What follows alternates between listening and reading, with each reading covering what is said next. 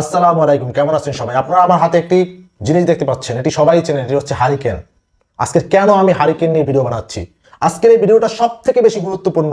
আমি এই চ্যানেলে যতগুলো ভিডিও বানিয়েছি সব থেকে বেশি গুরুত্বপূর্ণ এবং সব থেকে বেশি ইম্পর্টেন্ট। আমি সেই সবাইকে অনুরোধ করবো আপনারা ভিডিওটা সম্পূর্ণ দেখবেন। আমার হাতে হারিকেনের অন্য কোনো কারণে না, সামনে আমাদের হারিকেন দরকার হবে, সবাই হারিকেন রাখবে। প্রত্যেকটি ঘরে ঘরে দুটো করে হারিকেন, সর্বনিম্ন দুটো করে হারিকেন থাকা উচিত। আমি হারিকেন কবে কিনেছিলাম? আমি হারিকেন দেখেন, হারিকেনটা সম্পূর্ণ নতুন। 2020 সালে আমি দুটো হারিকেন কিনেছিলাম। এই একটা, আরেকটা দেখবেন, আর একটা হচ্ছে এটা সম্পূর্ণ প্যাকেট করা, দেখেন ময়লা পড়ে গেছে। এবং এই দুইটা হারিকেন কিনেছি শুধুমাত্র একটি কবিতা পড়ে, একটি কাসিদা পড়ে। সেই কবিতার হচ্ছে শাহ নেয়ামতুল্লাহর ভবিষ্যৎবাণী, যেখানে মুশরিকদের সাথে মুসলিমদের যুদ্ধ হবে, যেটা হচ্ছে হিন্দুস্তানের যুদ্ধ।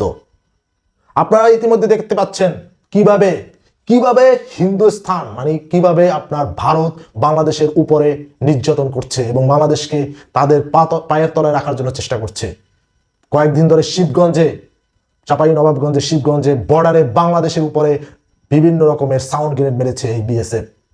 বাংলাদেশের মানুষের উপরে, সাধারণ মানুষদের উপরে তাদের জমি দখল করার জন্য চেষ্টা করছে। তার কারণে বেড়া দিচ্ছে তারা নাকি বন্ধু। তারা যদি বন্ধু হয় তাহলে শত্রুর কোনো প্রয়োজন নেই। আমি হারিকেন কিনতে বসছি, সবাইকে প্রত্যেকটা ঘরে ঘরে দুটো করে হারিকেন লাগবে। কেন? এখন প্রশ্ন করেন কেন?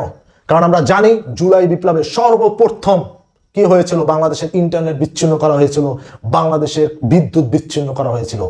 বাংলাদেশে যখন বিদ্যুৎ থাকবে না, কোনো যুদ্ধ বা কোনো কিছু যদি ঘটে, সর্বপ্রথম ইন্ডিয়ার টার্গেট থাকবে বাংলাদেশকে বিদ্যুৎ বিচ্ছিন্ন করা, বাংলাদেশে ইন্টারনেট সংযোগ বিচ্ছিন্ন করা।